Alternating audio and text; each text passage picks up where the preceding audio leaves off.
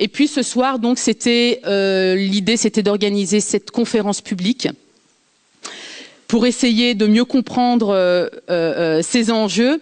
Alors, une première intervention donc, du directeur du Parlement européen, qui reviendra donc, comme je le disais, sur le pouvoir, sur le poids politique du Parlement européen aujourd'hui, quels sont les nouveaux défis qui attendent l'Europe. Nous allons avoir aussi l'opportunité d'écouter Ali Rani, qui a été 4e aux élections européennes de 2009 sur la liste, je peux le dire Ali, sur la liste Écologie Europe. Et Ali, il a été malmené pendant la campagne électorale puisqu'il y a eu un acharnement. On l'a accusé de vouloir infiltrer les listes des Verts. Donc il nous parlera de son expérience un petit peu tumultueuse. Mais je pense qu'il en a aussi tiré de riches enseignements. Et puis Tarek terminera comme d'habitude. Il fera un petit peu une synthèse, une conclusion, puis il parlera un petit peu de la contribution, puis de voir un petit peu comment faire pour que la contribution des musulmans soit entendue dans les débats européens. Voilà. Donc, je pense que j'ai tout dit. J'ai été bien longue et je vais donc céder la parole à notre modérateur de la soirée, Hamza Picardo, qui nous vient d'Italie, qui est éditeur, écrivain et Hamza, oui. Tu es directeur et porte-parole de l'UCOI, c'est ça? Voilà, donc tu expliqueras ce que c'est que l'UCOI. Ouais. Merci à toutes et à tous de votre patience et je vous souhaite une excellente soirée. Salam alaikum wa rahmatullahi wa barakatuh.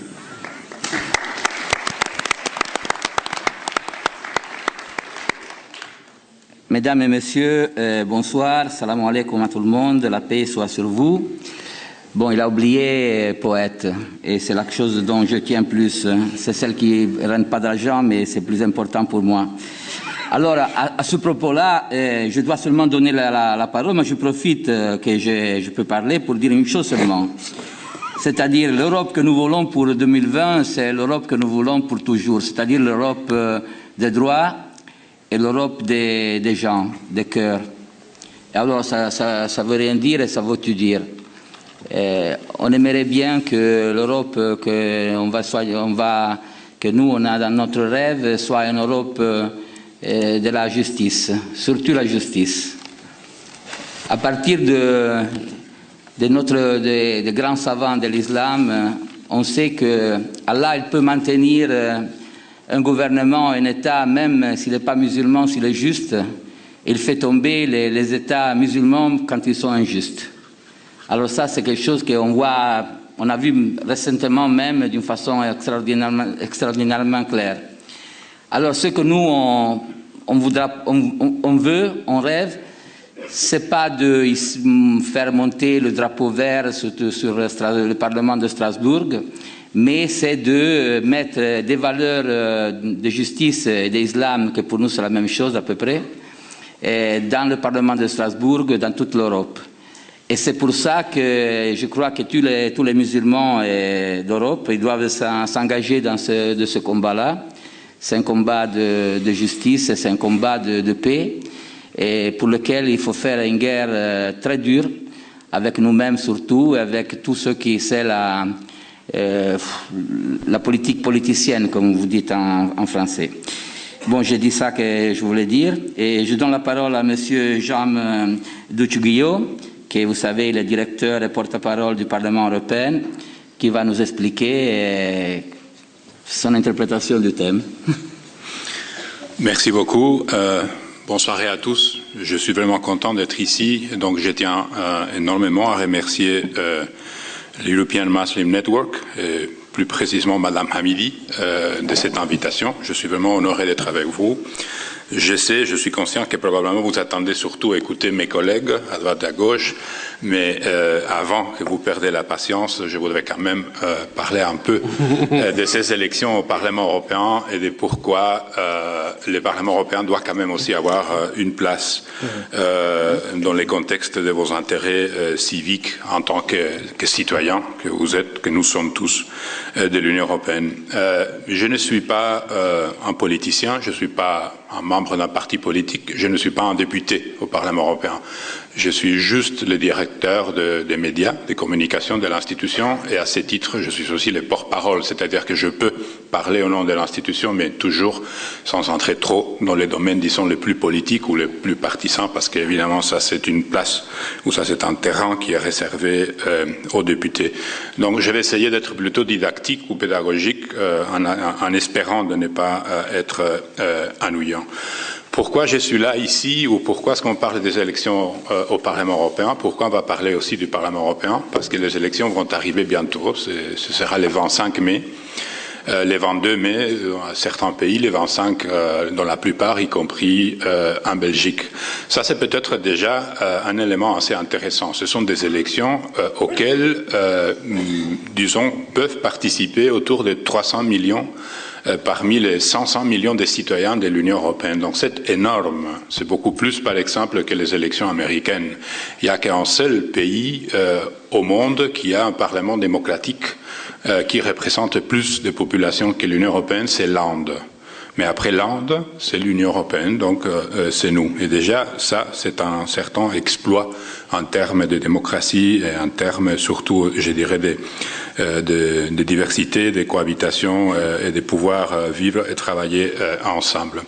La plupart de vous, je pense, vous habitez à Bruxelles, donc vous êtes habitués à voir les institutions européennes, on passe devant, on y va de temps en temps, mais je pense que, comme vous, ou peut-être la plupart des gens n'arrivent pas trop à distinguer entre les différentes institutions, entre qui fait quoi, qui représente qui et comment ça marche.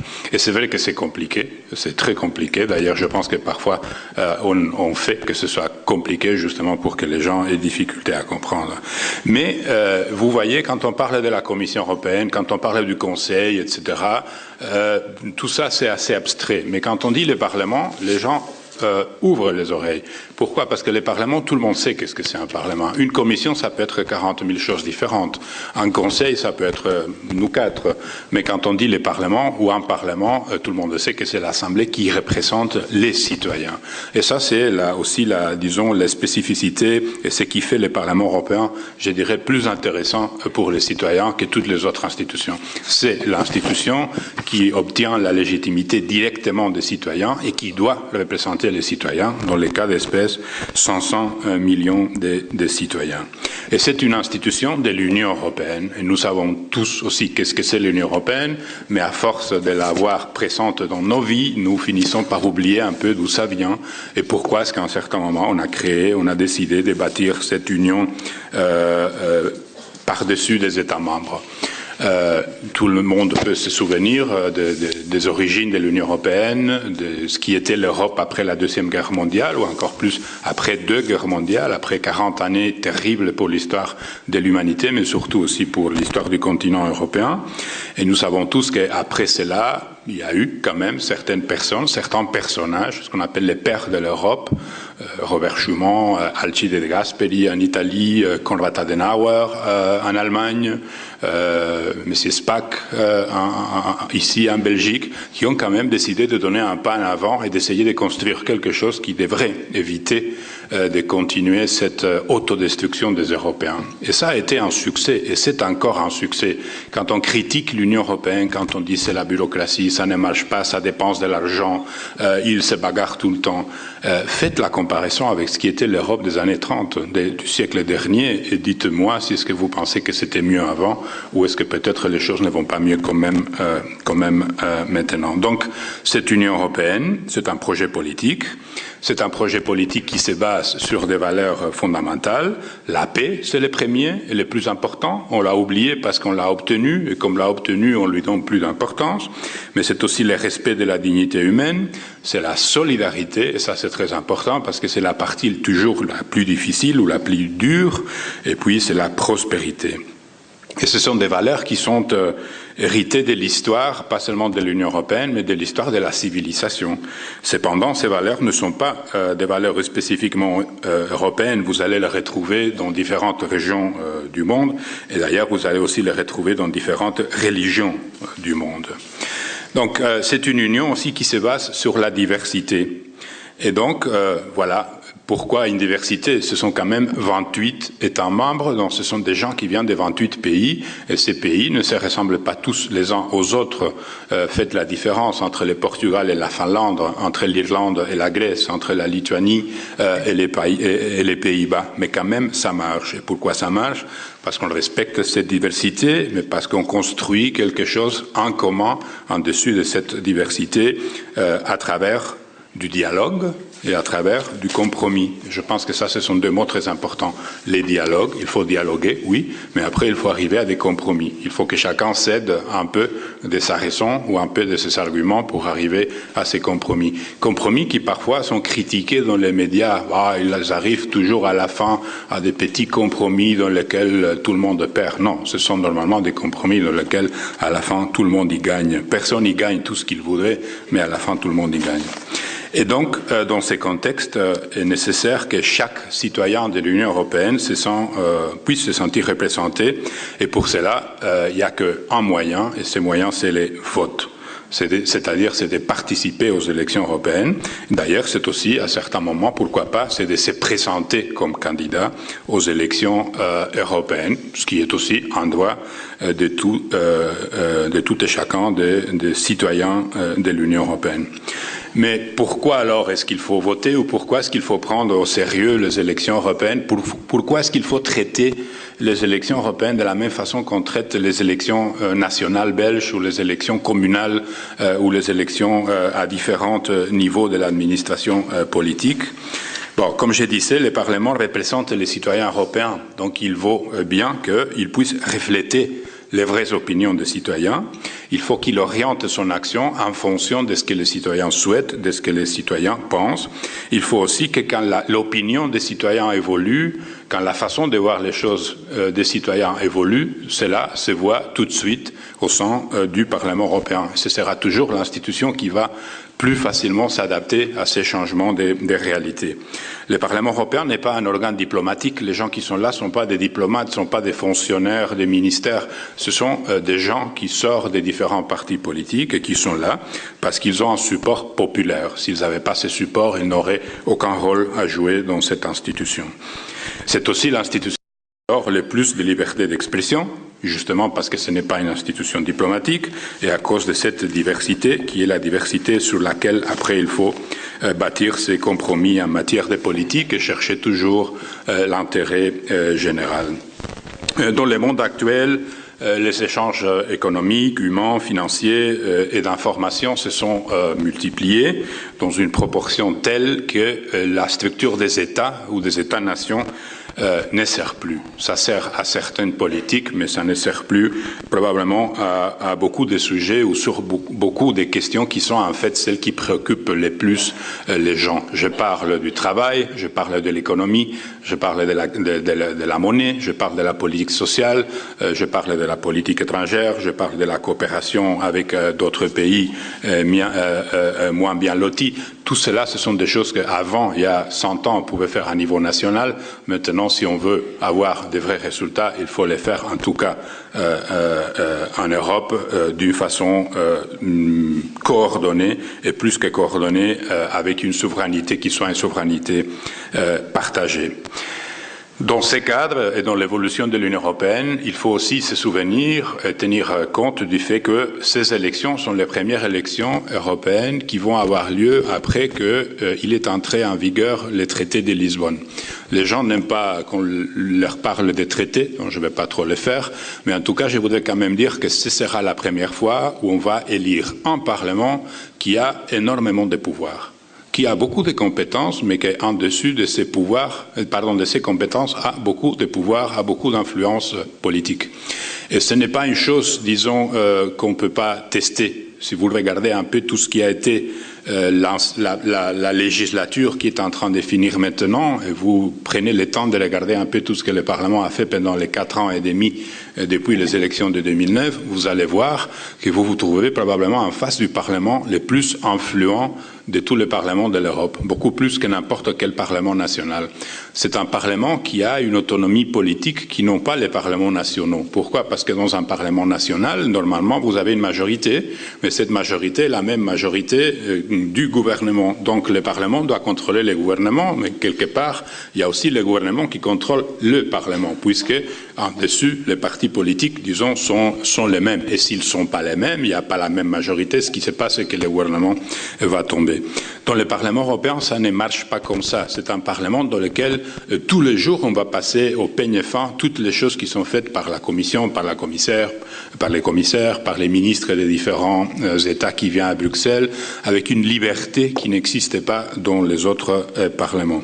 Et cela se voit, par exemple, en ce qui s'est passé ces derniers jours, quand le Parlement européen a décidé à adopter le budget que l'Union européenne va avoir pour les prochains 7 ans. Combien d'argent et à quoi est-ce qu'on va consacrer, comment est-ce qu'on va utiliser cet argent. Quand vous regardez ce que le Parlement européen a adopté, c'est le Parlement qui prend la décision finale, et vous comparez avec ce qui avait été fait en février par les chefs de gouvernement, donc par les premiers ministres de chaque pays, qui pensaient avoir déjà adopté les comptes de l'Union européenne pour les prochains 7 ans, quand vous voyez les papiers de février et vous voyez les papiers que le Parlement a adoptés il y a une semaine, vous voyez que ce n'est pas la même chose. Vous voyez que le Parlement européen a modifié la distribution de certaines quantités d'argent. Vous voyez que le Parlement européen a marqué d'autres priorités. Donc c'est une institution qui est même capable de modifier des décisions qui ont été prises par les chefs de gouvernement, chose qui est quand même difficile de voir au sein des États membres. C'est aussi une institution qui tient par exemple à cœur une politique extérieure beaucoup plus, je dirais, balancée que d'autres propositions qui viennent des États. Une politique extérieure, par exemple, dans laquelle on donne énormément de place à la coopération avec la Méditerranée. Et là, je parle surtout de l'Union pour la Méditerranée, qui est l'association des coopérations des États du Nord et du Sud du bassin méditerranéen. Ça, c'est un des, comment le dire, ça a été toujours une des priorités du Parlement européen. Elle continuera à l'être ou à pas l'être en fonction des majorités qui seront les majorités de l'institution après les élections européennes. C'est aussi un Parlement qui donne beaucoup d'importance à la politique de voisinage. L'Union développe des partenariats avec tous ses voisins à l'Est comme au Sud, mais c'est le Parlement européen, c'est l'institution parlementaire, celle qui à la fin doit décider si elle accepte ou elle n'accepte pas que l'Union européenne arrive à des accords commerciaux ou de coopération avec tous ces pays. Donc là, à nouveau, qui va être membre du Parlement européen, qui va avoir la majorité dans cette institution, va après avoir des conséquences directes dans des décisions comme par exemple, est-ce qu'on va améliorer l'accord de coopération commerciale avec le Maroc? Est-ce qu'on va ouvrir les frontières de Schengen à l'immigration légale? Est-ce qu'on va faciliter la politique des visas? Toutes ces choses qui sont des choses importantes pour beaucoup d'entre nous sont des choses qui sont maintenant décidées ou en totalité ou en partie par les parlements européens. Donc on approche des élections et comme je disais au début, d'une certaine façon, ces élections sont plus importantes que les précédentes. Ou si vous voulez, on peut dire ces élections, cette fois, elles sont différentes. Et pourquoi elles sont différentes? Moi, je dirais qu'il y a au moins 3 raisons. D'abord, parce que comme j'ai dit au début, c'est un Parlement beaucoup plus puissant, donc ça vaut vraiment la peine, plus que jamais, de participer pour décider qui doit avoir la majorité au sein de ces parlements et quelle politique va devoir développer ce Parlement, quel genre de politique. En deuxième lieu, à cause de la crise économique, la crise monétaire qui a frappé presque toute l'Union européenne pendant les derniers 4 ans, 5 ans, donc presque toute la législature, elle a eu énormément des conséquences négatives pour beaucoup de monde.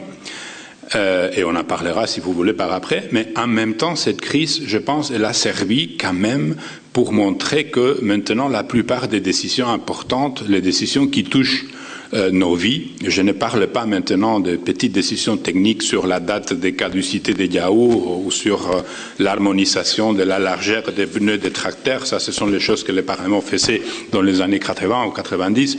Maintenant, je parle donc de la politique d'immigration, je parle de la politique de l'environnement, je parle de la politique sociale ou de toute autre politique agricole, pêche, etc., etc. Toutes ces politiques sont des politiques qui se décident au Parlement européen. Donc, la crise a montré aussi que toutes les décisions économiques importantes qui, à la fin, vont avoir un rapport avec nos salaires, avec les impôts que nous payons, avec la pension que nous aurons à la fin de notre vie laborale, un travail, ce sont des décisions aussi qui se prennent de plus en plus ici, à Bruxelles, au sein des institutions européennes, et beaucoup moins à Paris, beaucoup moins à Rome, beaucoup moins à Madrid, et même beaucoup moins à Berlin. C'est à Bruxelles que toutes ces choses commencent à se décider. Et ça, la crise a provoqué une espèce de précipitation de cette évolution, qui était une évolution plutôt lente, mais qui est devenue d'un coup beaucoup plus rapide. Et puis, troisième élément, j'essaie d'aller vite, c'est que par la première fois, et grâce à ce traité de Lisbonne, voter aux élections européennes veut dire pas seulement élire les députés, ça on le sait, mais au moment qu'on élit les députés, on sait que ces députés, après, vont faire une chose qui est élire les présidents de la Commission européenne, c'est-à-dire les chefs du gouvernement de tous les jours de l'Union européenne. Et ça, c'est quelque chose que les gens comprennent facilement, parce que c'est la même chose qui se passe dans les pays. Quand vous votez aux élections nationales en Belgique, évidemment, vous votez des listes de députés ou des candidats à être députés, mais vous prenez la liste, pas seulement parce que vous voulez choisir ces candidats, mais parce que vous savez qu'avec cette liste, vous allez donner support à un parti qui devrait, ou que vous aimeriez, soit le parti qui va arriver au gouvernement, ou parce que vous voulez chasser un autre parti, qui est le parti qui est maintenant au gouvernement, ou parce que vous voulez que le Premier ministre soit M. X au lieu de Mme Y, ou Mme Y au lieu de M. X. Donc ça va marcher comme ça aussi par la première fois pour les élections européennes. On va voter les députés, sans doute, mais après, vous allez pouvoir, pendant la campagne électorale, savoir chaque parti politique national qui, eux, ils proposent, ou auxquels ils vont donner support, à quels candidats vont donner support pour devenir président de la Commission, et surtout, encore plus important, avec quel programme. Est-ce que cette personne, pendant les prochains 5 ans, il va continuer avec des politiques d'austérité? Est-ce qu'il va essayer de mettre en place des politiques, disons, plus de croissance? Est-ce qu'il va essayer d'augmenter le budget de l'Union européenne? Est-ce qu'il va vouloir rendre aux États membres certaines des compétences qui maintenant sont des compétences de l'Union européenne? Il y a énormément de choses sur lesquelles, évidemment, chaque parti politique, chaque famille idéologique, comme dans un État ou comme dans une ville, ont des propositions différentes. Et donc, il faut que nous soyons aussi capables, pas seulement de décider qui va être dans un Parlement, mais aussi qui va être dans le gouvernement de l'Union européenne. Et là, c'est très important pour le Parlement européen que la société européenne soit représentée dans toute sa diversité. Si vous regardez le Parlement actuel, vous voyez qu'il n'est pas équilibré de ce point de vue, qu'il y a encore beaucoup de communautés dans différents pays de l'Union européenne qui ne sont pas représentées comme elles devraient l'être, disons, par un simple rapport numérique ou par un rapport, disons, de présence réelle dans la vie des pays, dans la vie des régions ou des communes. Il faut évoluer vers un Parlement européen qui, de ce point de vue, soit beaucoup plus divers et qui soit donc beaucoup plus représentatif de toutes les différentes parties de la société européenne. C'est quelque chose dans lequel il y a des pays, par exemple, je pourrais citer le Royaume-Uni, où, disons, ils sont beaucoup plus avancés. Vous regardez un peu qui sont les députés européens du Royaume-Uni, et vous voyez qu'il y a quand même une certaine représentativité de toutes les différentes parties de la société, y compris plusieurs minorités. Mais il y a des pays où ça ne marche pas comme ça. En Belgique, moi je crois comprendre, j'habite ici depuis des années, il y a déjà, disons, comment dire, une présence, je dirais, assez équilibrée, par exemple, au niveau local, mais pas encore suffisamment au niveau national, sans doute pas au niveau européen. Mais cela va dépendre de quoi? Ça va dépendre de l'engagement de nous tous. Ça, ce n'est pas une chose qui va se faire toute seule. J'attire aussi votre attention sur le fait que ces élections peuvent aussi être des élections dans lesquelles, à cause de la crise, on puisse se trouver dans une situation dans laquelle ceux qui considèrent que l'Europe, plus ou moins, c'est quelque chose qui est bien, qui sont, je dirais, comment le dire, a priori plutôt contents avec le fait qu'on ait une Union européenne, qu'on partage la souveraineté, etc., que ces gens restent dans la maison. C'est facile de rester à la maison. Tandis que ceux qui sont, comment le dire, je dirais pas seulement critiques, parce que tout le monde a le droit d'être critique, mais qui sont hostiles à l'idée de l'Union européenne ou qui sont hostiles aux valeurs européennes ou aux valeurs universelles qui sont derrière la construction européenne, que ces gens, eux, ils se mobilisent. Donc, je pense que c'est quand même un message qui va être probablement véhiculé par les médias pendant les 5 mois et demi qui restent avant les élections. Et c'est un message auquel je vous demande de prêter quand même une certaine attention. Et juste pour finir, beaucoup d'entre vous sont issus des milieux et des cultures dans lesquels la famille, la communauté, la solidarité tiennent une place de choix. Et c'est cette primauté de la solidarité et du respect qui sont des éléments essentiels pour la cohésion sociale et surtout et pour toute la population ayant un projet politique commun. Or, aujourd'hui, on s'aperçoit que ce sens de l'autre disparaît et se délite en faveur d'un individualisme toujours plus exacerbé. Ça se voit à niveau national, ça se voit aussi au niveau européen. Mais il n'est pas trop tard. En vous engageant pour ces valeurs à niveau local, à niveau national, ou sans doute, pourquoi pas, au niveau européen, vous avez un rôle à jouer dans la définition de la spécificité de la société européenne. Vous devez en quelque sorte être les ponts entre les sociétés que vous connaissez les mieux, pas seulement la société belge ou la société européenne. Dans la culture musulmane, la vie religieuse occupe une grande place dans l'espace public. En Europe, vous le savez, vous êtes des citoyens européens, la place de la religion dans l'espace public fait débat. Et vous pouvez enrichir les débats par votre participation, par votre vécu. Et cela est nécessaire afin de trouver un nouveau paradigme qui soit dans le respect de chaque citoyen. Je pourrais citer d'autres éléments dans lesquels je pense que vous avez des apports spécifiques à faire et il ne faut surtout pas que ces apports se perdent. Je pourrais parler de la façon dans laquelle on comprend le monde des finances. Ça, c'est quelque chose qui, pour nous, maintenant, est très important parce que vous savez que si, en grande partie, on a vécu cette énorme crise économique, c'était surtout à cause d'un mauvais fonctionnement, ou je dirais d'un fonctionnement absolument pas éthique du monde des finances. Voilà, vous avez aussi des connaissances, je dirais, en question des langues, en question des réalités d'autres pays qui sont des pays voisins de l'Union européenne. Et toutes ces connaissances, toutes ces sensibilités, disons, tout ce qui fait, qui peut, d'une façon ou d'une autre, enrichir cette communauté d'ensemble qui est l'Union européenne, doit être amené par vous, parce que si c'est pas vous, c'est pas les autres qui vont le faire. Voilà, en cette période de crise et de redéfinition, l'Union européenne a donc besoin des contributions et de l'apport de toutes les composantes de sa population, de chaque citoyen, pour se redéfinir et de nouveau remporter l'adhésion de la population. Le projet européen est un projet pour les citoyens. Ne les laissons pas nous échapper. Engageons-nous pour la construction de l'Union que nous souhaitons, celle que chacun d'entre nous souhaite ou pense est la correcte ou est la meilleure. Agissons et réagissons dans les débats politiques à l'occasion des élections européennes. Merci beaucoup, Shukran.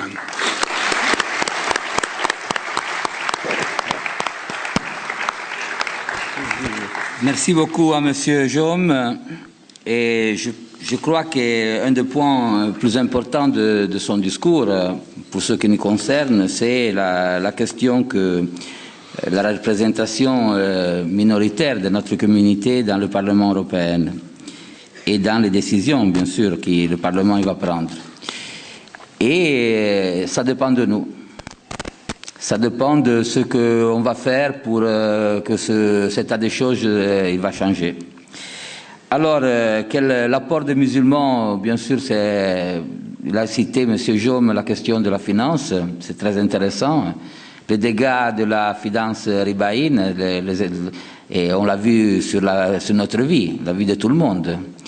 Et nous, on est encore des privilégiés. Il y a beaucoup de gens dans le monde, qui, musulmans ou pas musulmans, qui souffrent ces dégâts d'une façon beaucoup plus dramatique que nous. Alors, c'est une réflexion qu'on doit faire. C'est pas seulement sur la finance, mais sur une nouvelle façon de produire, une nouvelle façon de consommer, une nouvelle façon de vivre dans cette Europe pour nous en sortir. Et bon, l'apport des musulmans, c'est le discours que j'espère il va faire notre frère Ali Rani, qui vit à Roubaix, dans le nord de la France. Il est marié, il a des enfants, il est un éducateur social. Il a participé dans les listes écologistes aux dernières élections européennes. Et il va nous dire pourquoi il ne va pas se présenter une autre fois. Grazie mille. Il y a une place libre. Non, je ne suis pas candidat aux prochaines élections, c'est pour ça que je peux me permettre de parler. Merci Hamza. Merci à vous et à tout le monde d'être venu ce soir, nous écouter. Moi, je ne veux pas... J'allais dire, mais en entendant ce que je viens d'entendre, ça va changer, ça a un peu chamboulé ce que je voulais vous dire, mais il y a quand même quelque chose de fondamental avant de parler de l'Europe de 2020, parce qu'il s'agit de ça quand même, de faire un peu de prospective ou de faire des propositions dans le prochain mandat, mais en même temps de se projeter dans les 6 ans qui arrivent. Si on m'avait posé la question en 2009, lorsque j'ai été candidat sur la liste Europe Écologie Les Verts dans le nord de la France, personne n'aurait prévu la situation dans laquelle on est. Moi, il y a quand même quelque chose, j'ai un sentiment d'inquiétude pour ces prochaines élections, mais j'y reviendrai à la fin. Mais avant de parler d'élections, il faut quand même parler de sentiment d'appartenance. En tant que citoyen français de confession musulmane, on avait un maire, nous, André Diligent, qui était un Européen convaincu, qui est issu de la social-démocratie chrétienne dans le nord de la France, qui nous disait en ch'ti, mais je ne vais pas vous la faire en ch'ti, je vais vous la faire en français.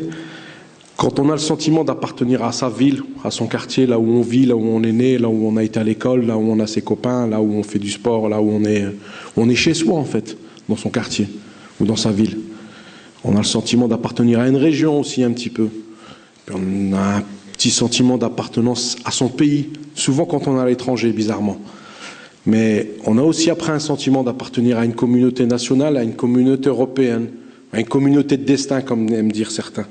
Et l'Europe, c'est ça, c'est une communauté de destin parce que, vous l'avez très bien rappelé, elle s'est construite quand même après 2 guerres mondiales. Je veux dire, on est sur le centenaire de la guerre 14-18.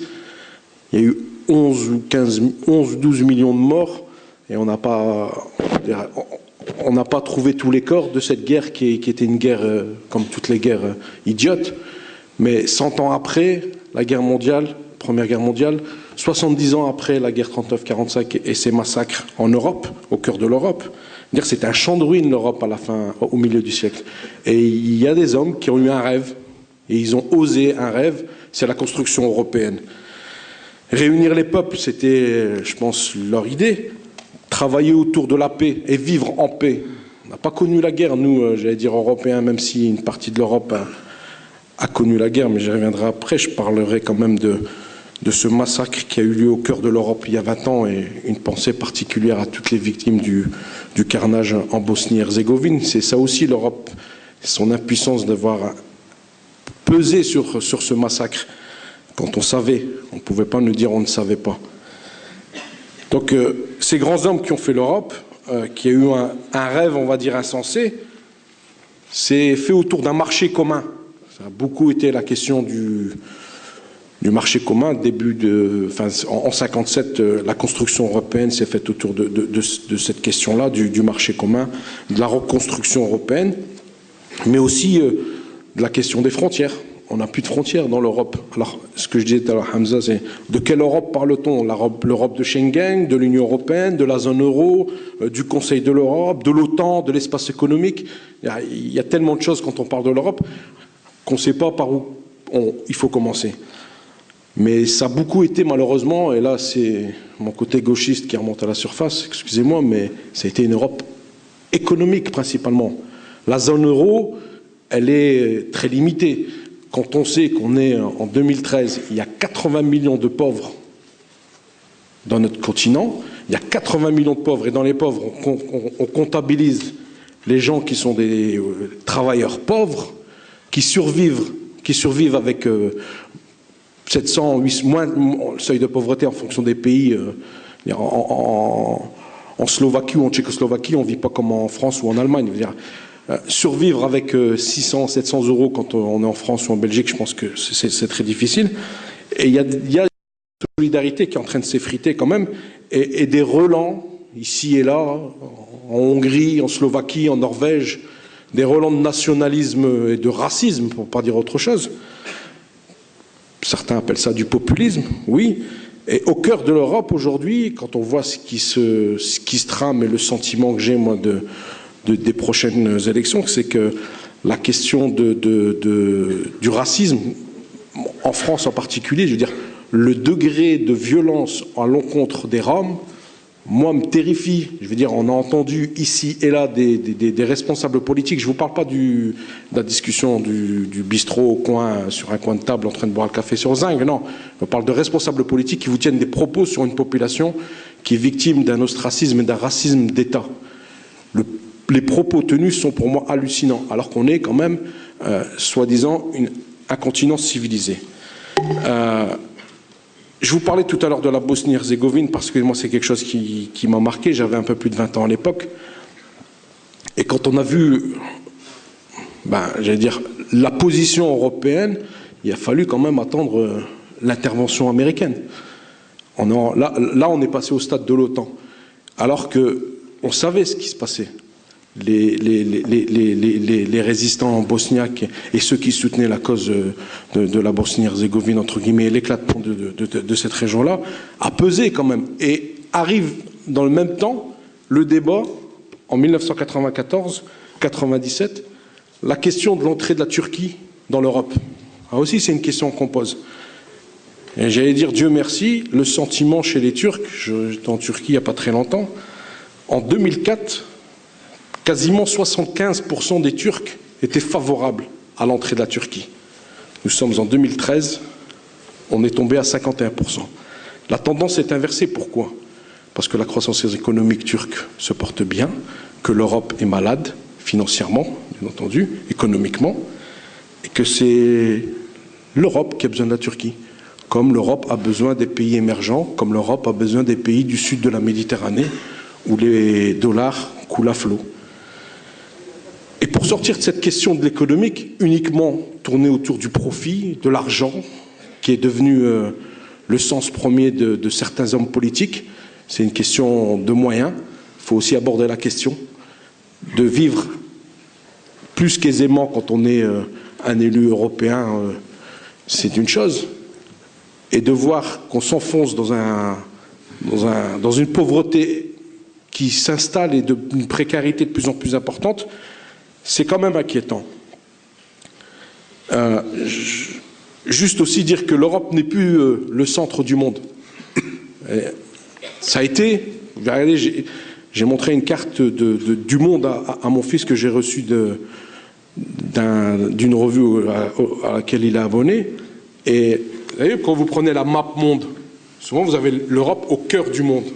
Et là, c'était l'Asie au cœur du monde. Et vous prenez la carte, vous la retournez, dire... Bon, pourquoi je vous dis ça?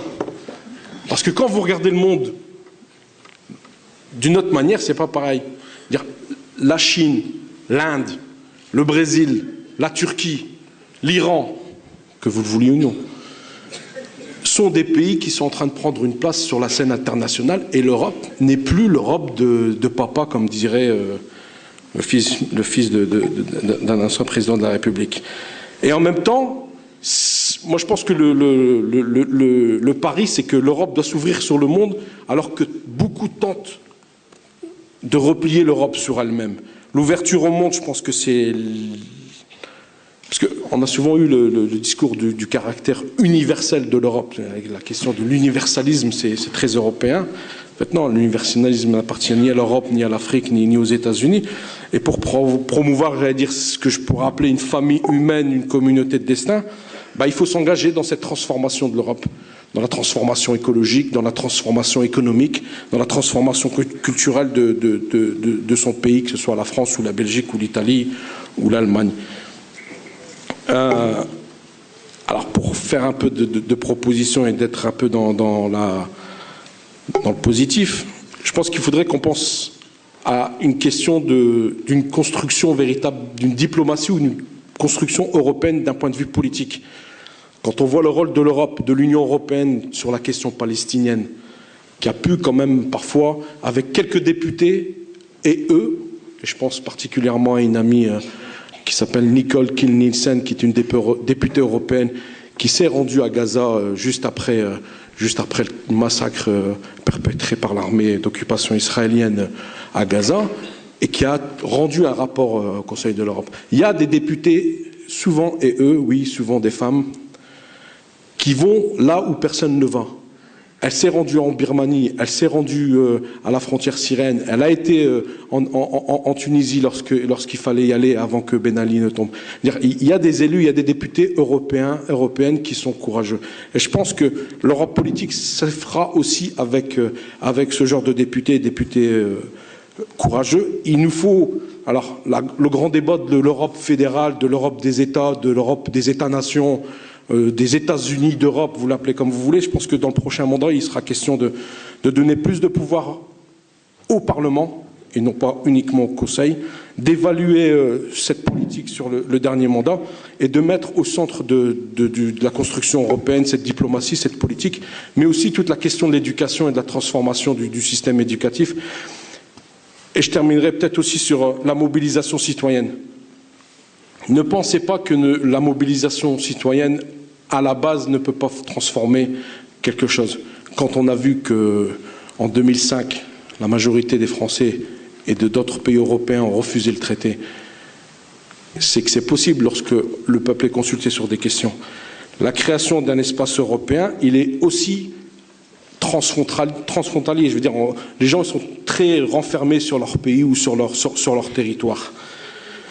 Donc voilà, je terminerai sur ces propositions d'une Europe un peu plus démocratique, d'une Europe un peu plus grande. Et comme j'aime bien les citations, je vous parlerai d'un grand monsieur qui disait en 1869, l'Europe s'appellera d'abord les États-Unis d'Europe, ce que je vous disais tout à l'heure, 1869.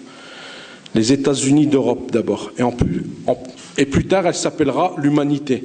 Et il disait oui, nous le pouvons, oui, nous le voulons. Il s'agit de Victor Hugo. Et un dernier grand monsieur qui nous a quittés il y a 10 ans, qui est un grand intellectuel palestinien, américano-palestinien, il disait « L'humanisme est notre seul, je dirais même notre dernier rempart contre les pratiques inhumaines et de l'injustice qui défigurent l'histoire de l'humanité. » Il s'agit d'Or Saïd. Merci de votre attention.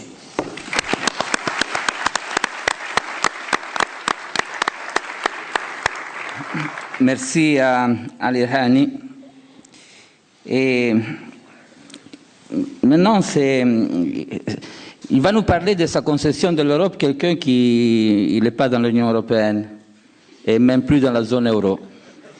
Mais quand même, il est dans l'espace économique européen, dans l'espace de Schengen, dans le Conseil d'Europe et dans l'Organisation pour la sécurité et la coopération en Europe.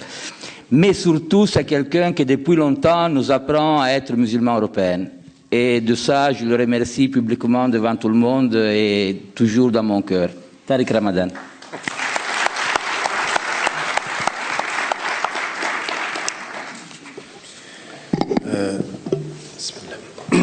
Merci. Merci. D'abord, j'aimerais remercier toute l'équipe de European Muslim Network ici à Bruxelles, qui reçoit de nouveau tous les délégués et qui, je ne sais pas si vous le savez, mais chaque année, on a 2 rencontres et une fois sur 2, c'est ici que les rencontres se passent et donc ça demande du travail et nous sommes toujours reçus avec les meilleures des conditions, avec des sujets qui sont comme celui de ce soir liés à notre destin européen. Donc je suis content d'être dans ton cœur, même si tu m'exclus de la géographie. Mais le cœur a ses raisons que la géographie ignore. Voilà. Donc en l'occurrence, j'ai écouté avec beaucoup d'attention le propos et je pense que ne serait-ce que la façon dont la présentation a été faite, c'est vrai qu'à un moment donné, il y a une première question qu'il faut se poser, c'est de quelle Europe parle-t-on? Parce qu'effectivement, il y a l'Union européenne, mais l'Union européenne, ça n'est pas uniquement l'union des pays européens occidentaux d'Europe, c'est aussi l'Est de l'Europe, et c'est vrai que s'il y a eu pacification, et c'est vrai, ça c'est un élément, ce que vous avez mis en évidence, c'est capital, c'est-à-dire que malheureusement nous manquons de mémoire, et qu'il y a eu une évolution qui a été extrêmement importante de pacification. La pacification est une chose, la cohérence et l'alliance véritable des intérêts humains avant les intérêts strictement économiques en est une autre, et c'est à ça qu'il faut parvenir. Il y a une deuxième étape. Alors ça, c'est pour ce premier groupe de pays qui ont constitué l'Europe, qui a été une vision, parce qu'à un moment donné, il a fallu aussi dépasser des conflits extrêmement importants, dont celui dont on parle le plus a été le conflit franco-allemand, mais qui n'a pas été que ça, parce qu'en fait l'Allemagne, ça n'était pas simplement face à la France, c'est un peu comme ça que la France le perçoit quand elle parle de cette réussite, mais ça a été véritablement en fait la vraie question du fascisme européen à un moment donné, et de la guerre mondiale, et de ces réalités. Mais, effectivement, quand vous allez à l'est de l'Europe, la question du conflit, la question de la triple perception. La perception d'un regard qui est un regard qui n'est pas du tout égalitaire. La perception en Europe de l'Est que l'Est est moins que l'Occident, qu'il a moins de valeur humaine, qu'il a moins de considération, que parfois même dans le discours européen, et moi je l'ai vécu ici, dans cette ville, la façon dont parfois on a un différentiel culturel, la façon dont on regarde des pays qui, parce qu'ils ont moins de poids économique, seraient à considérer moins humainement et culturellement. Et puis effectivement, on a parlé des Balkans. Alors les Balkans, il y a eu le conflit et la réalité de la Bosnie, du conflit croate, serbe, mais c'est pas tout. C'est pas tout, c'est beaucoup plus profond que cela. Aller demander aux citoyens albanais ce qu'ils pensent que l'on pense d'eux à Bruxelles. C'est une vraie question. C'est une question de la perception du sous-développé de l'intérieur. Nous avons des catégories informelles aujourd'hui qui on peut être citoyen européen, mais ce n'est pas encore une citoyenneté égalitaire au niveau économique, culturel, et ça, il faut vraiment qu'on en parle. C'est qu'à partir d'un moment, si l'Europe a un projet, c'est de l'Europe, non pas simplement de la pacification vis-à-vis des guerres, mais de l'égalité des êtres vis-à-vis de la citoyenneté. Ça, c'est un vrai défi, et je pense qu'il faut que nous le posions de façon importante, parce que l'Europe ne mourra pas de sa législation. Elle mourra de l'informel de son énonciation. Ce que l'on ne dit pas et que beaucoup sentent, qu'il y a des choses qu'il faut absolument apporter verbalement. Est-ce que nous sommes vraiment dans l'égalité de tous? Est-ce que nous sommes véritablement dans l'égalité des citoyens? Est-ce que c'est une vraie vision de soi, ou est-ce que c'est un suivisme politique quand il s'agit des desiderata d'autres puissances ou économiques? Donc il y a des questions qu'il faut que nous formulions, et vous avez mis en évidence un certain nombre de contributions. Vous avez parlé de la finance, vous avez parlé de valeurs, par exemple, comme celle de la famille. Vous avez mis en évidence également, ça ce sont des choses qui sont capitales, et avec lesquelles je suis d'accord, mais je dirais que ce qui est aussi une des contributions, c'est la verbalisation d'un certain nombre de choses qui sont dans l'ordre de l'informel et qui feront que les populismes peuvent passer au-delà des lois, et nous devons aborder ces questions de façon profonde. Non pas parce qu'il y a notre altérité de l'intérieur, parce que souvent on dit vous êtes des Européens, vous venez majoritairement d'Afrique du Nord, vous apportez la mémoire de la proximité, parce qu'il y avait tout ce projet de la politique de la proximité qui est tellement important. Mais c'est pas, moi je n'aimerais pas que des voix perçues comme minoritaires culturellement soient ceux qui apportent des considérations exotiques à la Constitution. Non, ils doivent venir au centre. C'est les vraies questions. Et ces questions, malheureusement, aujourd'hui, elles sont parfois dans l'informel. Donc, j'ai bien entendu et je suis d'accord avec ce que vous avez mis en évidence. On peut se plaindre beaucoup, il faut éviter d'avoir une mentalité d'Européens victimaires, c'est-à-dire toujours les victimes des autres. Finalement, il y a les grandes puissances, il y a les États-Unis, on est ballotté entre les États-Unis et la Chine, et puis finalement l'Europe est une balle de ping-pong. Ça peut être vrai économiquement. Oui. L'Europe est parfois une balle de ping-pong, consciente de l'être. Mais c'est pas tout. C'est-à-dire qu'à partir d'un certain moment, ce qui peut m'intéresser, moi, c'est comment ensemble on réussit à développer une double chose, c'est-à-dire le sujet européen, c'est-à-dire le sujet européen, celui qui a la conscience d'avoir des responsabilités et des droits, et puis une vision humaine, parce que ce que disait Hamza au départ est très important. C'est pas rien de parler de l'Europe du cœur, et c'est pas rien de parler de l'Europe de la dignité et de la justice. Et c'est ça être un sujet. Un sujet, c'est pas un être qui a simplement une intelligence, c'est un être qui a une conscience. Et la conscience, qu'est-ce que c'est? C'est la relation profonde entre une intelligence et un cœur. Une intelligence qui sait ses responsabilités et un cœur qui sait son humanité. Et c'est avec ça qu'il faut réconcilier l'Europe. Moi, ma résistance à la bureaucratie, c'est pas simplement l'Europe des citoyens à aller voter. Non, c'est l'Europe du cœur et de la dignité, de la conscience. La réponse à la bureaucratie, c'est la conscience. C'est à partir d'un certain moment de dire arrêtez de brasser du papier, vous gérez des humanités. Vous gérez de l'humain. Et quand on est dans cette perspective-là, les choses changent. Et je vais en mettre quelques éléments en évidence, parce que ce qu'a pu vivre, par exemple, Ali Rani dans son engagement, et je suis, encore une fois, moi je suis très positif et je suis vraiment pour cet engagement-là. Je pense que ce que disait Hamza, et vous l'avez dit aussi, ça dépendra de nous. C'est-à-dire qu'à partir d'un certain moment, un destin se décide, il ne se subit pas, un sujet décide. Et donc il faut faire partie de cette entreprise-là. Pas de façon naïve, pas en pensant que de toute façon il suffit d'être nombreux pour gagner. Non. Le nombre ne fait pas la victoire, on le sait en politique, c'est le nombre et le porte-monnaie. Un peu, quand même. Oui. Le porte-monnaie a quand même ses raisons. Que le nombre... Je ne comprends pas. On va faire dans le Pascal ce soir. Bref, de toute façon, ce que je voulais mettre en évidence, c'est que c'est ces vraies questions-là. Et donc, moi, j'aimerais juste apporter... ou poser des questions, parce que mais encore une fois, comprenez ces questions critiques de façon constructive, parce que c'est ce qui m'intéresse. Je suis suisse de nationalité, je vis en Angleterre dans un pays qui est européen, avec une façon de l'être qui n'est pas entrée dans la zone euro. Enfin, vous voyez, il faut quand même le faire, quoi. Pour un Suisse de finir en Angleterre, c'est vraiment avoir un problème avec l'Europe. C'était pas voulu, mais la France en a décidé autrement. Bref,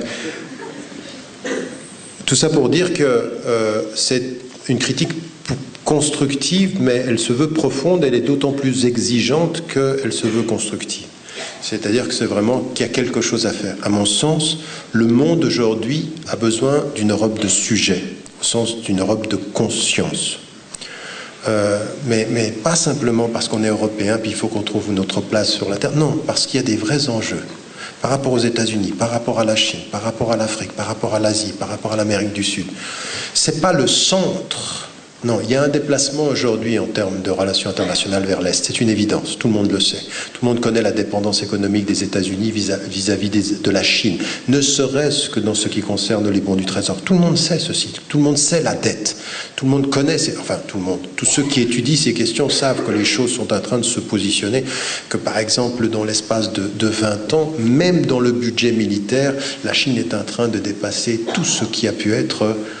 tout ce qu'ont pu être les paramètres américains, qui étaient à elle toute seule le premier pays avait en dépenses militaires autant que les 5 pays qui le suivaient, c'est-à-dire une formidable capacité. Et aujourd'hui, les choses sont en train de se déplacer, sont en train de changer. Donc de tout cela, en étudiant, on le sait.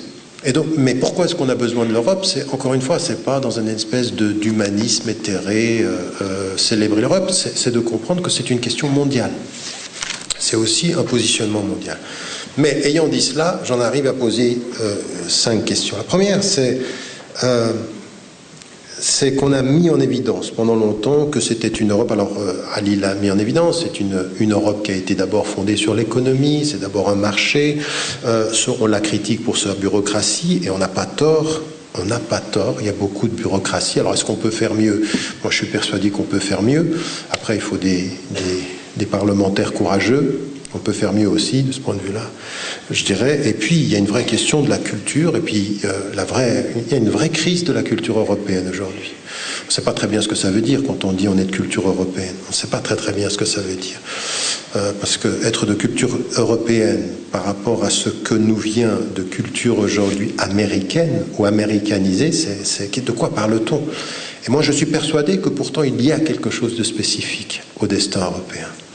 Et que même si on ne sait plus ce que c'est, il faut le revendiquer et produire quelque chose qui soit alternatif. Donc pour moi, ce sont des questions qui sont importantes. Et puis, il y a évidemment la question de la politique étrangère. Si vous posez la question de la politique étrangère, c'est un vieux débat. Mais il n'y a pas de politique étrangère européenne. On n'a pas de cohérence. On a une politique étrangère qui est souvent... La seule cohérence de la politique étrangère européenne est souvent de s'aligner sur la politique américaine. C'est souvent ça, la cohérence. Et donc, malheureusement, quelque chose qui soit alternatif, quelque chose qui soit nouveau, n'est pas suffisant. Alors, encore une fois, vous comprendrez qu'en l'espace de 1 quart d'heure ou 20 minutes d'intervention, on n'a pas le temps d'aller dans toutes les nuances que j'aimerais pouvoir apporter, mais ce sont des grandes questions qu'on pose. Ou en tout cas des grandes critiques que l'on fait. Maintenant, ma première question, c'est sur la question politique. Et sur cette question politique, l'Europe est en danger. Pour 2 raisons. La première des choses, c'est qu'on a, vous le disiez tout à l'heure, on avait une discussion en aparté tout à l'heure, il y a un vrai problème de... Donc on a une minorité, encore une fois une minorité, vous m'aviez dit, et ça je crois que c'est des choses qui sont importantes à relever, il y a des minorités, l'Europe occidentale a tendance à plus voter que l'Europe de l'Est, et ce qui, quand on les met ensemble, fait passer le vote à moins de 50%.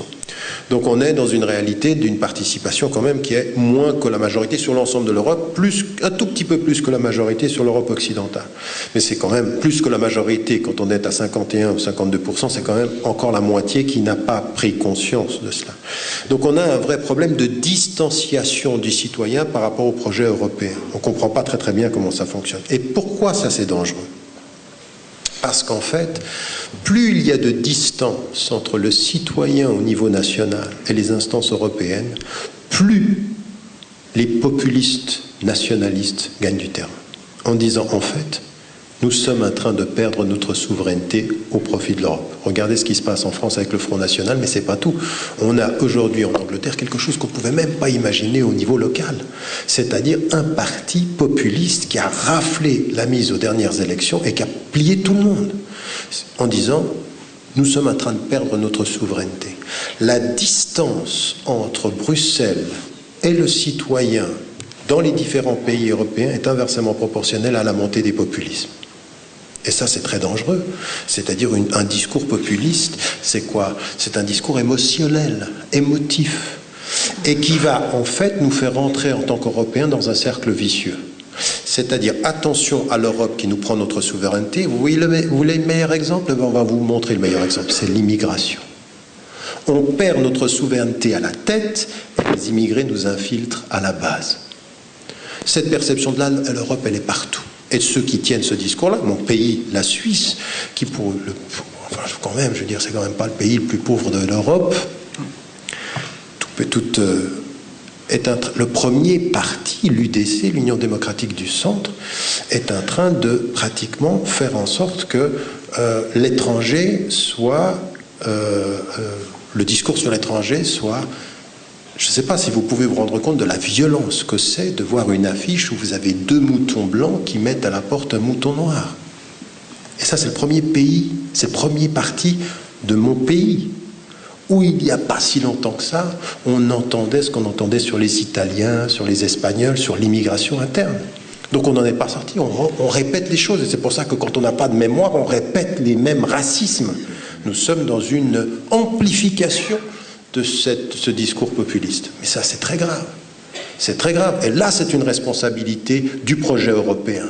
Ne pas laisser cette distance s'agrandir, car plus elle s'agrandit, la nature a horreur du vide et les populistes aussi. Donc ils prendront ce temps, et ils sont en train de le faire. Et donc aujourd'hui, on est dans des politiques émotionnelles, des politiques de la peur, des politiques victimaires. C'est exactement le contraire de tout ce que vous avez dit. Une Europe des citoyens versus une Europe des victimes. On est au niveau national. L'autre chose également, c'est toute la question de la bureaucratie. On en a parlé, mais l'autre versant de la bureaucratie, c'est quand même un vrai déficit à la démocratie. Il y a un vrai problème. La crise économique, et ce que l'on a vu avec l'euro, c'est de voir dans un certain nombre de pays des élus laisser la place à des technocrates qu'on n'a pas élus. Et quand la crise économique fait qu'on puisse changer, on l'a vu en Italie, on l'a vu en Grèce, et on a vu ce qui est en train de se passer en Espagne ou au Portugal, où on est dans des gestions qui ne sont pas des gestions de démocratie transparente. Donc encore une fois, la mauvaise gestion du fait économique sur le plan européen est en train de produire un déficit de démocratie sur le plan politique. Quand on est en déficit démocratique sur le plan politique, on est encore d'autant plus dans une question de légitimité des instances nationales et européennes. Troisième domaine, très rapidement, j'en ai encore deux, mais le troisième domaine, c'est celui de l'économie, et Alirani mettait en évidence l'émergence de ces pays qu'on appelle les pays du BRIC, le Brésil, la Russie, l'Inde et la Chine. Ajoutez à cela la Turquie qui aujourd'hui effectivement se tourne d'autant plus vers l'Est que l'Europe ne l'a pas voulu. Mais la Turquie est en train de réussir économiquement. Elle a plus de difficultés sur son projet politique, sur son projet de non-conflit, pas de conflit à la frontière. Maintenant, les choses ont été remises en cause, la Syrie et un certain nombre de positions récentes ont remis ceci en cause. Mais la vraie question de l'économie ici, elle est aussi liée à la définition de l'identité culturelle, parce qu'on le sait tous. Après, on peut faire comme si on ne savait pas, jouer aux hypocrites, mais l'un des vrais problèmes de beaucoup de députés et de l'Allemagne et de la France, au premier chef par rapport à l'intégration de la Turquie, était aussi culturel et religieux. C'est-à-dire que l'Europe, c'est d'abord autre chose que l'entrée. Donc, à un moment donné, on a fait un calcul.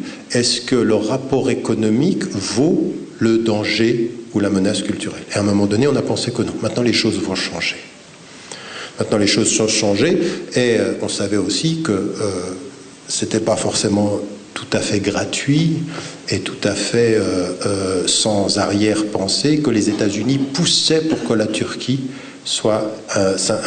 intègre l'Europe. Il y a d'autres considérations en matière aussi de déstabilisation ou de perception que l'unité culturelle de l'Europe, cette idée des États-Unis d'Europe, les États-Unis, c'est-à-dire cette rencontre-là, pouvait être mise à mal et fragiliser cette réalité-là.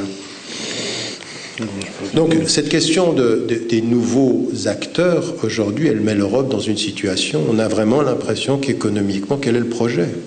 Quel est le projet? Et puis on est dans le suivisme, puis on a des vraies questions à poser. Vous avez vu les récentes réinterventions de la France en Afrique, comme si c'était humanitaire.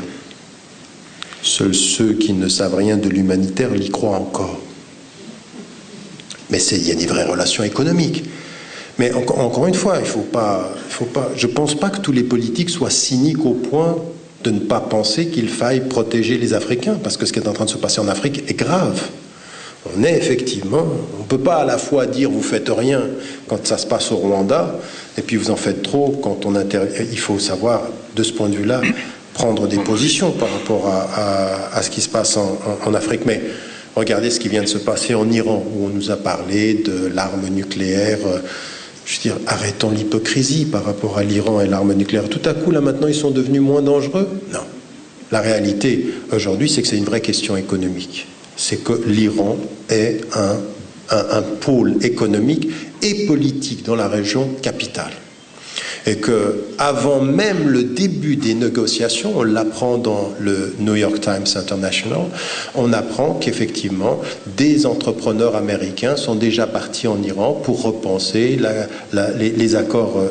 Donc on est dans une vraie question économique et pas simplement sur la question du nucléaire, même si c'est une vraie question, mais ça serait bien que l'Europe pose la question vraiment. Moi j'aimerais bien que l'Europe pose la question du nucléaire en disant pas de nucléaire en Iran, pas de nucléaire en Israël. Mais ça n'arrivera pas. Deux derniers éléments. Je ne sais pas pourquoi vous applaudissez à ce moment-là particulier. C'est comme si vous aviez un parti pris. Bref.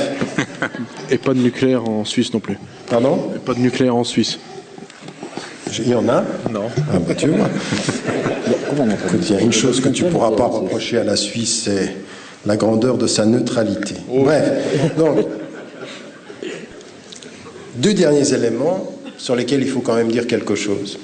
Parce qu'on a parlé, donc, il y a la question, comme je l'ai dit, politique, il y a la question économique, il y a la question de la bureaucratie, de la distance des structures européennes et du citoyen. Tout ceci, on l'a dit, mais moi, j'ai pas envie simplement de répéter, j'essaye de regarder d'autres angles en voyant où sont les dangers. Il y en a une autre. Depuis ces dernières années, je suis beaucoup allé au Moyen-Orient. On a un centre sur la législation et l'éthique islamique au Qatar, et je me suis énormément penché sur la question des migrants et des travailleurs immigrés. Au point de mener campagne aujourd'hui en disant que ce qui se passait au Qatar, et pas simplement au Qatar, mais tout ce qui se passe dans la région est inadmissible. C'est une nouvelle traite d'esclaves, et que ce n'est pas acceptable. Et donc, en l'occurrence, de me positionner clairement par rapport au gouvernement du Qatar en disant « Je viens dans ce pays, mais je ne me tairai jamais ». Et je vais utiliser la Coupe du Monde qui vient pour en faire un vrai élément de campagne. On ne peut pas se taire quand on a des immigrés qui sont traités de cette façon-là. Puis ensuite, vous élargissez... Non. Voilà, c'est plutôt honte à nous plutôt qu'applaudir des propos. C'est honte à nous tous. Parce que finalement, nous, maintenant, tout à coup, on parle du Qatar, mais c'est pas nouveau. Moi, je parlais de ceci par rapport à l'Arabie Saoudite, ou je parlais par rapport à même à Dubaï et tout ça, comment on traite les gens, c'est inadmissible. Et puis, je me suis retrouvé en Asie, où j'ai parlé avec des gens de Singapour, de Malaisie, et qui me disent la même chose, la traite d'esclaves. Et puis ensuite, vous avez entendu, la Coupe du Monde arrive dans une année au Brésil, vous avez vu qu'un des stades est tombé, des travailleurs meurent. Le Brésil, le pays du foot, et de la mort pour ceux qui construisent pour nos plaisirs à nous quand on va regarder le foot. Ce n'est pas acceptable. Et tout ça, il faut le critiquer. Mais il faut avoir une vue d'ensemble. Parce qu'en fait, ce que je me suis aperçu, là maintenant, dans mon centre, on a développé un champ de travail, on va parler d'éthique et de migration. Et on va développer, maintenant on commence à développer un réseau international sur toutes ces questions-là. On travaille avec des gens qui travaillent au Qatar, ou Amnesty International, ou Human Rights Watch, et d'autres institutions, mais pas seulement, aussi des institutions, pour se rendre compte qu'en fait le problème il est beaucoup plus compliqué que ceci. Le vrai problème il vient de comment on traite les gens à la base, c'est-à-dire au Sri Lanka, en Inde, au Népal, comment on traite les gens, comment on leur fait signer des contrats que l'on n'applique pas, on les fait venir dans le pays, on leur prend le passeport. Tout ça c'est extraordinaire et nous on frappe des deux mains en disant il faut faire quelque chose. Puis vous venez en Europe et vous regardez la migration et vous dites cessons aussi l'hypocrisie, balayons ce qui est à notre porte aujourd'hui. Parce que Lampedusa, quand on a Barroso qui part, qui se fait siffler, mais qui part en disant, je veux dire, avec la dignité d'un homme, moi je ne suis pas d'accord avec la politique européenne sur cette question-là, mais nous avons criminalisé les migrants, certains migrants, ceux qui justement n'ont peut-être rien dans la poche, mais qui sont encore beaucoup plus légitimés à circuler. Quand on voit aujourd'hui que par rapport à des citoyens, on a vu aujourd'hui, je ne sais pas si vous avez entendu, qu'à Malte aujourd'hui, pour renflouer les caisses de l'État, un immigré qui apporte avec lui 500 000 euros et qui va entrer dans l'investissement peut se voir donner la citoyenneté européenne. C'est-à-dire la citoyenneté du pays, ça veut dire en fait devenir un citoyen. Je veux dire 500 000, voilà, je l'ai. Quand t'as rien, t'as rien. Quand tu n'as rien, tu peux mourir dans le voyage ou comme à Lampedusa. Parce qu'à partir d'un certain moment, il faut qu'on regarde ça et c'est honteux. C'est honteux ce qui se passe aux frontières du continent. Et le plus important, c'est que toutes les prérogatives qui ont été décidées, c'est-à-dire on peut s'asseoir en disant la Grèce ne fait rien, l'Italie ne fait rien, mais en fait c'est pas l'Italie, eux c'est juste les premiers pays où on arrive. C'est toute la politique européenne qu'il faut questionner, en sachant qu'il ne s'agit pas de criminaliser ceux qui criminalisent, il faut re-questionner notre politique de migration. Parce que là aussi, la politique de proximité, moi quand on m'a parlé de la politique de proximité en Europe, on m'a souvent parlé de la sécurité. C'est comment on sécurise nos frontières. Je suis désolé, on sécurise nos frontières en étant juste avec le pays d'où viennent les gens. C'est-à-dire on commence à travailler sur le pays d'où ils partent, pas simplement à sécuriser nos frontières là où ils arrivent. Ça, c'est une question fondamentale aussi. Il faut que ces questions de migration elles soient posées. Nous sommes en train de parler ici de questions de droits humains, de dignité, et nous ne sommes pas dignes. Donc moi, si j'ai envie d'amener quelque chose du Sud, c'est ça. Je n'ai pas simplement envie d'amener la langue. Je n'ai pas simplement envie d'amener des traducteurs qui viennent parler aux Tunisiens qui viennent mourir, aux Syriens qui viennent mourir et aux gens qui viennent mourir aux frontières. Ça, c'est pas ça. Il faut plus que ça. Donc, c'est pas de cela dont vous parlez. Là, j'ironise un tout petit peu en disant c'est quand même une autre dignité qu'il faut. Et c'est ça mon problème, c'est que beaucoup d'entre nous qui sommes devenus européens, nous n'avons même pas la mémoire de cette dignité-là. C'est-à-dire avoir des parents qui sont venus en Belgique, qui sont venus en Italie, qui sont venus en France, qui sont venus en Belgique, qui sont venus dans tous ces pays-là et qui sont venus s'installer, qui viennent de là-bas, qui ont vécu des peines terribles pour qu'aujourd'hui, en s'installant, nous regardions même plus ce qu'on fait avec les immigrés, ça, c'est pas possible. Ajoutez à cela la question des Roms et ajoutez à cela quelque chose qui est terrible. Vous avez entendu sans doute parler de tout le débat qu'il y a sur la pénalisation de la question de la prostitution en France. Attendez, et puis alors il y en a certains qui le défendent ou qui sont contre. Mais il y a quand même une chose qui est importante aujourd'hui, c'est que vous avez à l'intérieur de l'Europe l'un des commerces d'esclaves, femmes qui viennent d'Europe de l'Est et qui viennent faire aujourd'hui en Europe occidentale ce qu'on appelle le plus vieux métier du monde, de la façon qui est un esclavage moderne. Ça, c'est nous, c'est notre Europe. Donc à partir d'un certain moment, il faut se réveiller par rapport à cela. Et la dernière question sur laquelle nous devons ouvrir un débat aussi, c'est la question culturelle, c'est la question de la diversité, le vrai pluralisme européen. Et le vrai pluralisme européen, il faut cesser de le chanter, maintenant il faut le vivre. Maintenant il faut le vivre. Moi je suis désolé, quand on voit les lois qui sont en train d'être... Moi je ne sais pas, moi je suis suisse, je me dis mais c'est quoi quel est l'avenir de l'Europe quand un parti réussit à faire en sorte qu'on ne peut pas construire de minarets? Mais quel est l'avenir de l'Europe quand on est en train aujourd'hui de criminaliser ou de rendre pénale la visibilité de la diversité des vêtements? Qu'est-ce que c'est cette Europe-là? De quoi a-t-on peur? Qu'est-ce qu'on est en train de produire?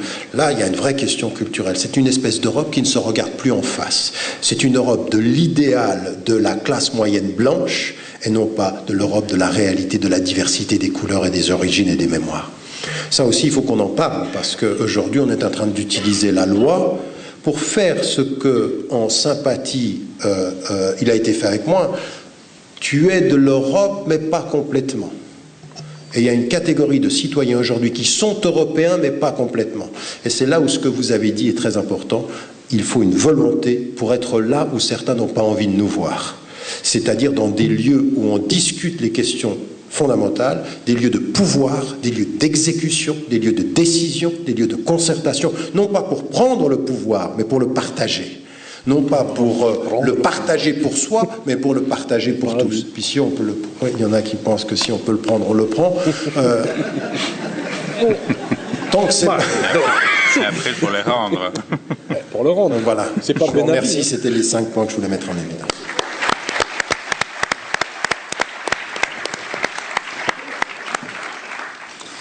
Merci Tariq, merci à tout le monde, merci à M. Jaume, merci à Lirani, merci à vous pour votre patience et votre attention.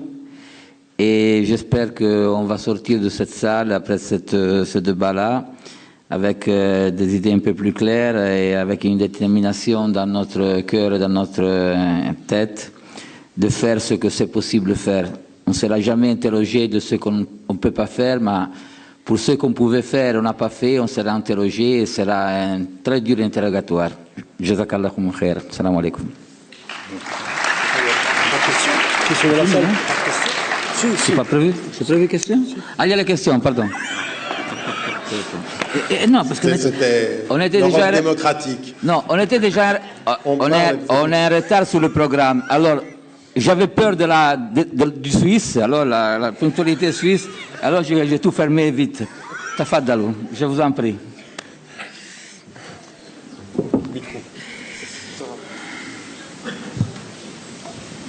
Micro, non. Je sais pas si le micro. C'est vrai qu'il y avait les questions. On ne sait jamais. Normalement, il y a des questions. Bonsoir. Parfois, il n'y a pas de réponse. Ah, il y a le débat. 5 questions. Okay. Merci. D'accord. 5 questions. Courtes. Bonsoir. J'avais une petite question par rapport au traité de Lisbonne. Donc là, tantôt, vous avez parlé du traité de Lisbonne. Il y a un article 123 du traité de Lisbonne qui interdit aux États d'emprunter via leur banque centrale et ils sont obligés de passer via des banques financières. Donc à partir de là, ça crée automatiquement un endettement qui est beaucoup plus excessif que si les États pouvaient emprunter auprès de la banque centrale à un taux qui est proche de 0%. Donc c'est pour avoir votre avis par rapport à ce sujet-là. Donc on parle d'union citoyenne, mais les décisions sont prises pour enrichir le capitalisme. Voilà. On prend toutes les questions, on répond une par une, comment vous voulez, je ne sais pas. Toutes les questions. Oui, on prend les questions. Une autre question, je vous en prie. Merci. En fait, j'ai 3 questions. Petites questions. 3 petites questions. En fait, une qui concerne un peu l'institution en tant que Parlement européen. La deuxième concernant la crise économique et ses conséquences. La troisième, la politique extérieure. Sur l'institution, en fait, il y a toujours ce problème, en fait, par rapport au Parlement européen, de l'interférence des parlements nationaux. Parce qu'un parlementaire, en fait, en fin de compte, il est issu d'un parti politique national. Et donc, c'est toujours cette relation nationale de proximité entre le politicien et son environnement national, en quelque sorte. Et là, on a tendance à voir que le Parlement européen est prisonnier encore de parlements nationaux et du contexte national. Et donc, cette perception européenne, l'intérêt européen, est toujours prisonnier, en fait, des parlements nationaux et de l'intérêt national, en quelque sorte. Donc, là, le Parlement n'est pas sorti de cette idée de souveraineté nationale qui est toujours là présente. Ma deuxième question est par rapport à les conséquences un peu de la crise économique qui a un peu généré une différenciation. Différenciation nord-sud, les pays de Dolce Vita, les pays travailleurs, l'austérité, donc évidemment austérité et croissance. Et il y a même des gens, même Jacques Delors demandait ça, disait, donc il lui croyait à cette différenciation, laisser des États qui peuvent aller plus loin que d'autres États. Et est-ce que vous pensez que que le Parlement européen pourrait intervenir, ou d'une manière ou d'une autre, à diminuer cette différenciation ou à faire de sorte qu'il n'y ait pas de différence interne. Ça crée des populismes, en quelque sorte. Et puis, je reviens à la politique extérieure, et donc, quel rôle, parce que vous disiez tout à l'heure, vous êtes un très bon communicant, que le Parlement décide de ça, mais le traité de Lisbonne dit que le Parlement co-décide avec le Conseil. Donc il y a toujours des compromis entre le Parlement et le Conseil. Donc il y a des récessions, des choses si on voit l'intérêt économique, le Parlement européen peut surpasser des choses. Donc ce n'est pas 100% une décision du Parlement européen. Et par rapport à la politique extérieure, je rejoins le professeur Tariq en disant que l'absence d'une unité politique de l'Union européenne, ça manque à l'Europe. Monet disait que si c'était à recommencer, je recommençais par le culturel. Donc est-ce que c'est un truc qui pourrait revenir? Merci.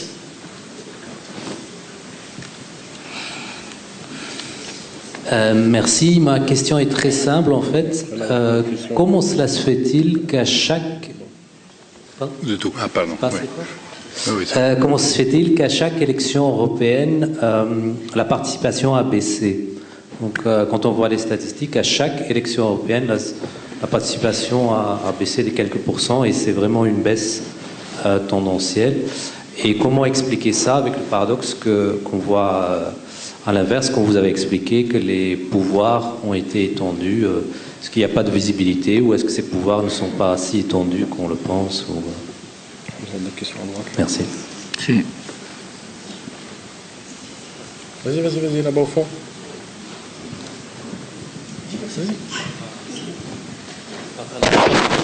Là-bas au fond, à droite. Ce côté-là. Ça y est. Bonsoir. Bonsoir. Merci pour cet exposé qui est si intéressant. Moi, je voudrais soulever la question du populisme, ce phénomène qu'on le voit de plus en plus, qui prend une ampleur vertigineuse et qui joue sur la peur et le simplisme et qui devient vraiment dangereux. Moi, je pose cette question-là, est-ce que ce n'est pas que les partis politiques traditionnels qui ont préparé le lit de ce phénomène? On le voit avec Marie Le Pen qui est en train de cadenasser l'identité aussi sur la question de l'immigration. Voilà. Merci.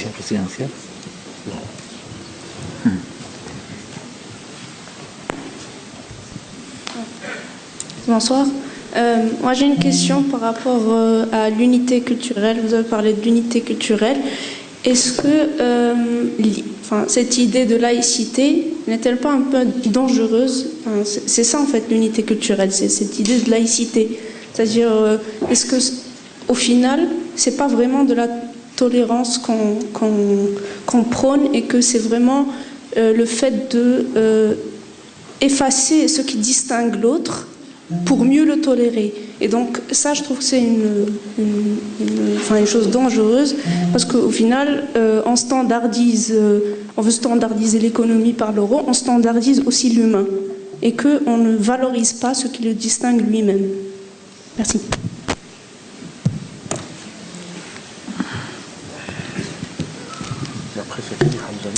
Alors bonsoir. Ma question revient sur la question de distance et de danger de cette distanciation par rapport au populisme. Je me questionne souvent en écoutant les médias sur la manière dont les médias nous parlent de l'Europe.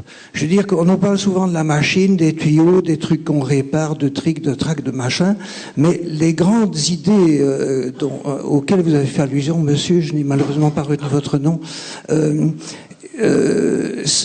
on en parle très peu finalement dans les médias de cela, et je crois qu'il y aurait peut-être un autre langage à avoir de la part de l'Europe sur ce plan-là. Je veux dire un langage dans lequel on parle moins de ce que, comme disait quelqu'un, bon, on a standardisé la largeur des pneus de tracteur, on a standardisé ceci, on impose ceci et cela. Il y aurait un discours vraiment politique à avoir de la part de l'Europe, et ça je l'entends pas beaucoup à l'heure actuelle, sauf chez certains députés que je qualifierais de remarquables évidemment. Mais il y en a relativement peu à l'heure actuelle. Merci. On commence à répondre aux questions qui ont été déjà posées. Bon, si j'arrive à répondre à toutes, je vais à nouveau passer mon concours de fonctionnaire. Mais je vais quand même essayer. En ce qui concerne la Banque centrale et les banques centraux, on pensait que le traité de Lisbonne allait être un traité qui pourrait durer, on disait, 20 ans. La crise économique a démontré que c'est un traité qui, en fait, maintenant déjà devrait être modifié parce que l'Union européenne n'a pas toutes les compétences qu'elle devrait être. On ne peut pas avoir une politique monétaire si en même temps on n'a pas une vraie politique économique. Une politique économique, ça veut dire politique. Politique dans le sens pur de la parole du mot politique. Donc là, il y a tout un, disons, comment dire, un équilibre à construire qui n'existe pas. Et vous avez mentionné un élément, je suis tout à fait d'accord avec vous.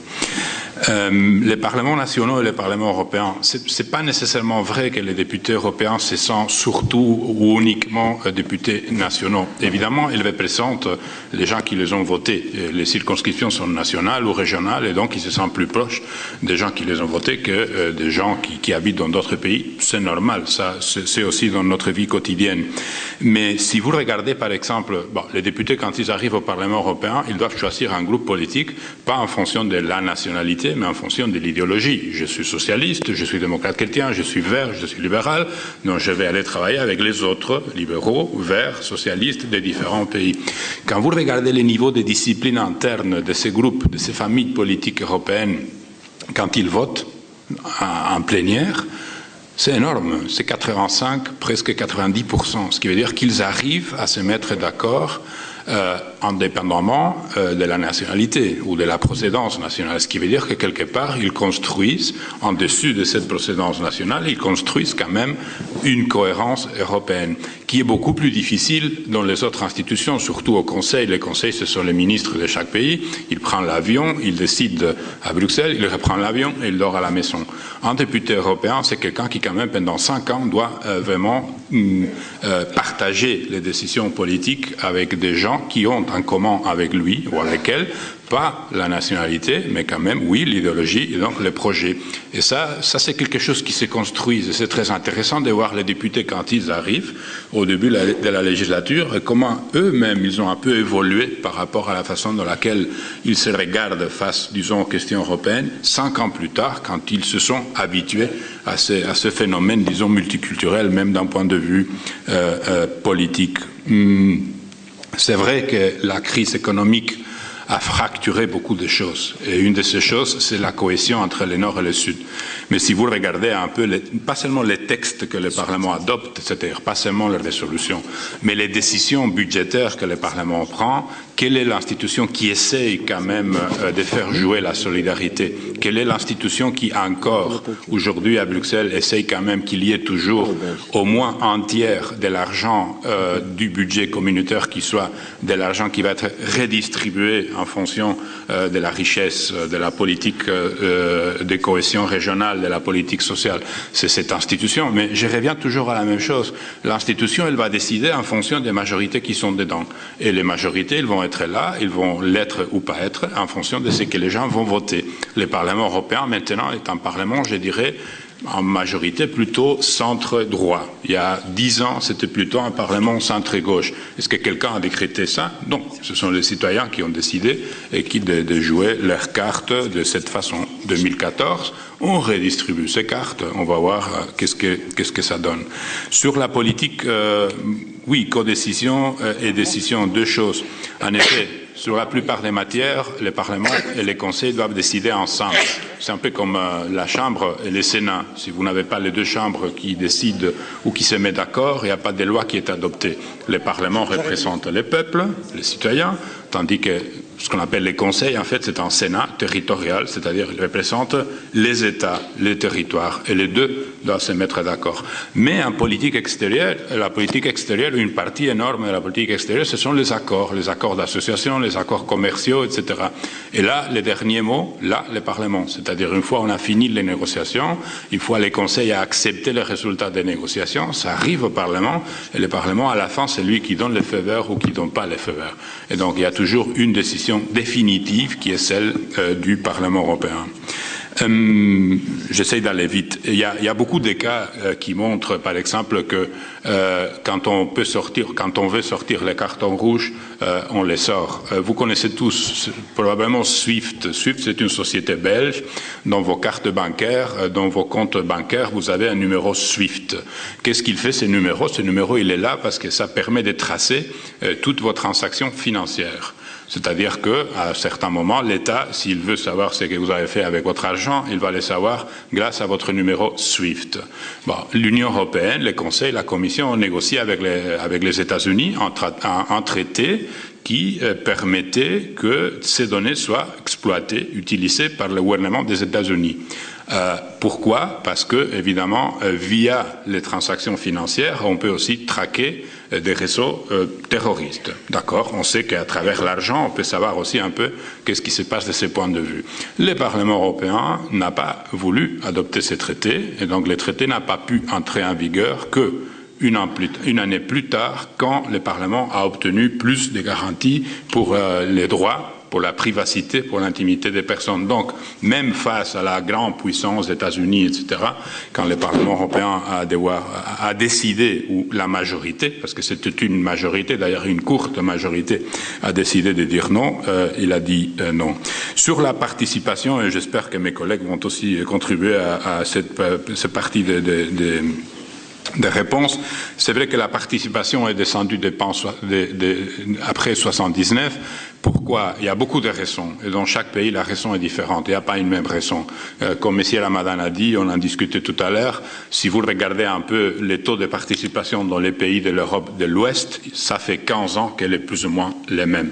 Il y a des pays où ça monte, il y a des pays où ça descend, mais à la fin, les chiffres, le pourcentage global, plus ou moins, est le même.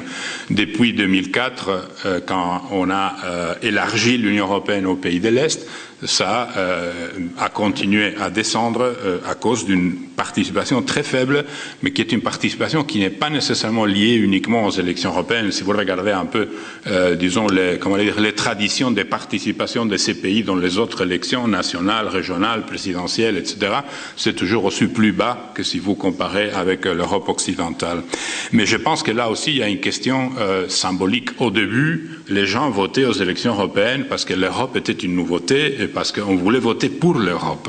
Mais les élections européennes, c'est pas un référendum. Il ne faut pas aller voter parce qu'on aime l'Europe ou parce qu'on veut l'Europe ou parce qu'on ne veut pas l'Europe. L'Europe est là. La Belgique est là. Vous n'allez pas voter parce que vous êtes en faveur ou contre la Belgique. Vous allez voter parce que vous voulez cette Belgique ou cette autre Belgique, ou une Belgique qui soit comme ça, ou une Belgique qui soit d'une autre façon. Dans l'Europe, il faut le voir de la même façon. L'Europe, elle est là, mais c'est à nous de décider quelle est l'Europe qu'on veut, et ça par rapport à toutes les différentes politiques de l'Europe. Sur les populismes, je suis d'accord avec Tariq Ramadan, il y a un espace qui s'est créé à partir de la distanciation, mais ce n'est pas une distanciation uniquement de l'Europe, c'est une distanciation de la chose politique, de la politique et de la participation politique. C'est-à-dire que si Marine Le Pen monte en France, c'est pas à cause de la bureaucratie européenne, peut-être aussi, c'est aussi par des raisons nationales qui ont à voir avec la façon dans laquelle les gens prennent des distances par rapport à une classe politique.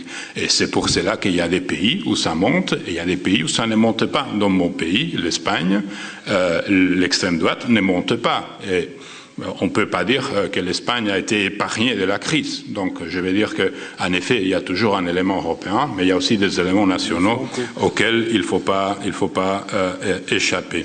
Et puis, enfin, la question de la laïcité et de l'unité culturelle. Moi, je ne pense pas qu'il faut trouver une unité culturelle de l'Union européenne. Au contraire, je pense qu'il faut protéger la diversité culturelle européenne, qu'il faut jouer cette diversité et la défendre, et surtout qu'il faut jouer la subsidiarité. L'Europe ne doit pas faire les choses qu'on peut faire plus bas. L'Europe doit faire les choses qu'on ne peut pas bien faire plus bas. Mais la culture, elle est locale, elle est régionale, elle est nationale.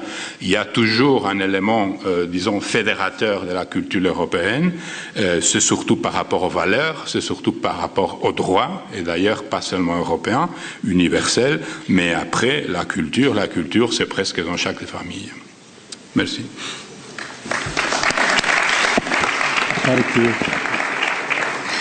Juste un mot à propos de la question du décalage, c'est-à-dire le fait qu'il y a une diminution des gens qui vont voter pour les élections.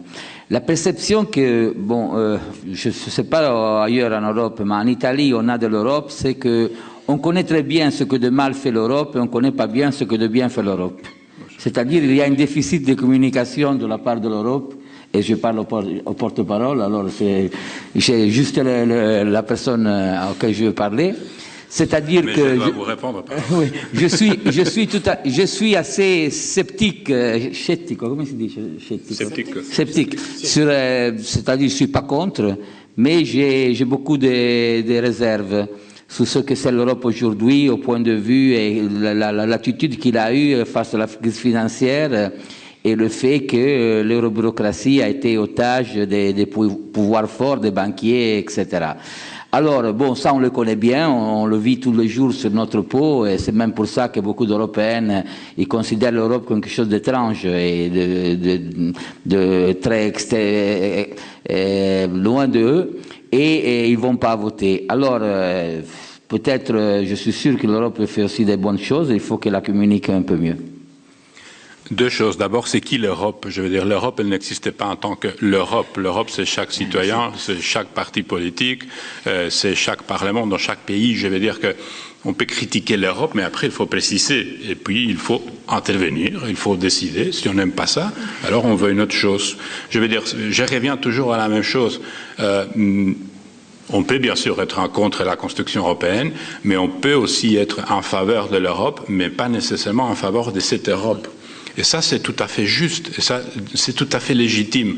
Moi, j'aime les valeurs européennes, moi, je comprends, ou je crois, ou je suis convaincu que le seul avenir, c'est un avenir fédérateur européen. Cela ne veut pas dire que je sois d'accord avec les choses comme, disons, les choses telles qu'elles sont faites maintenant par la classe politique européenne ou par cette bureaucratie européenne qui en fait n'existe pas de façon autonome, parce que derrière toute bureaucratie il y a toujours un pouvoir politique, et en Europe ces pouvoirs politiques ont été aussi élus par les citoyens, donc ça revient toujours au pouvoir des citoyens de modifier les choses s'ils souhaitent modifier les choses, mais cela exige parfois sortir de la maison et prendre aussi du compromis. Et par rapport à la communication, vous avez aussi fait mention avant, je n'ai pas répondu. Sincèrement, je ne pense pas que ce soit les institutions européennes qui doivent communiquer. Nous devons faire un travail de facilitation de l'information de ce qui se passe dans les institutions européennes. Mais les citoyens ont le droit à recevoir ces informations via les médias, via des gens qui puissent prendre soit une position neutre, soit une position critique subjective. Mais si c'est l'institution qui communique directement, et c'est seulement l'institution qui communique, ça ce n'est pas de l'information, ça devient vite de la propagande ou du marketing. C'est-à-dire que moi je peux raconter comment les choses, disons, doivent fonctionner ou fonctionnent, mais après à un certain moment, ce sont les médias qui doivent venir et vous dire, oui, voilà, le Parlement européen a fait ça à cause de ça et de ça et de ça, ou la Commission européenne a adopté cette décision et pas une autre à cause de ça. Et puis après, vous allez avoir, disons, votre façon de vous positionner par rapport à ces choses, et vous allez décider. De la même façon que vous n'allez pas accepter que l'information sur ce qui se passe dans vos pays vient du gouvernement ou vient de l'institution parlementaire. Donc, il y a un rôle à jouer par les partis politiques. Les partis politiques nationaux, jusqu'à maintenant, n'ont pas fait ce switch, disons, de parler de l'Europe de la même façon qu'ils parlent dans leur pays. Ils cachent un peu l'Europe. Pourquoi? Parce que l'Europe prend du pouvoir. Aucun politicien va accepter de dire qu'il est moins puissant de ce qu'il était il y a des années, parce que ce pouvoir est parti au Parlement européen, ou il est parti dans une autre institution à Bruxelles. Les médias doivent jouer leur rôle. Si les partis jouent ce rôle, si les médias jouent aussi ce rôle, immédiatement les citoyens vont se sentir beaucoup plus informés. Et nous, disons, ceux qui travaillons dans la communication de l'institution, nous sommes là pour ça, pour faciliter le travail des journalistes et pour impulser, si vous voulez, ce rôle d'intermédiaire des politiciens. Mais n'attendez pas que ce soit un fonctionnaire, dans les cas d'espèce moi-même, qui soit là pour justifier, pour convaincre et pour légitimiser une institution. Ce ne sera jamais un fonctionnaire, ça va être un politicien ou un journaliste. Merci. Merci.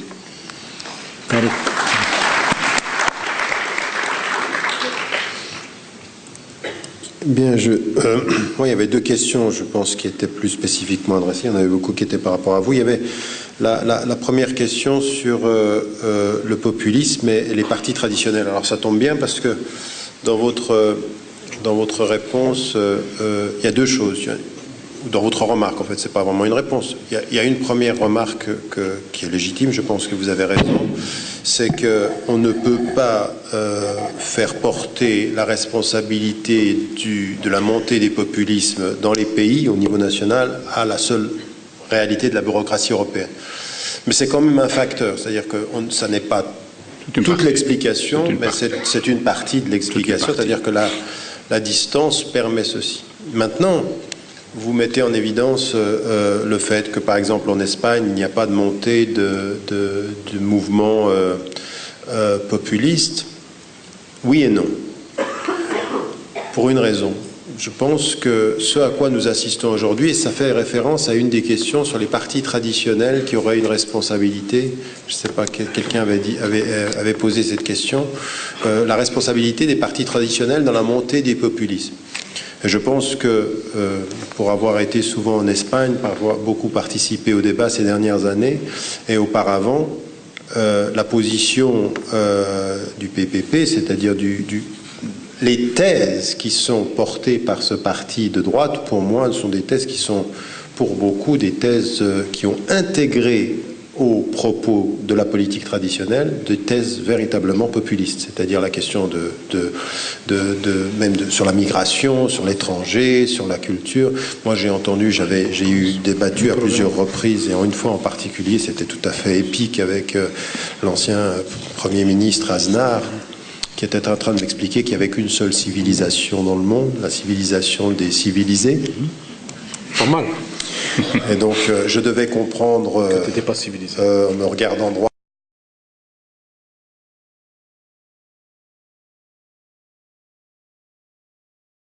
je devais sans doute être de la civilisation des pas civilisés, c'est-à-dire en dehors de la civilisation, et ce type de propos est absolument gravissime, gravissime, et il est porté à l'intérieur de l'Espagne par rapport à une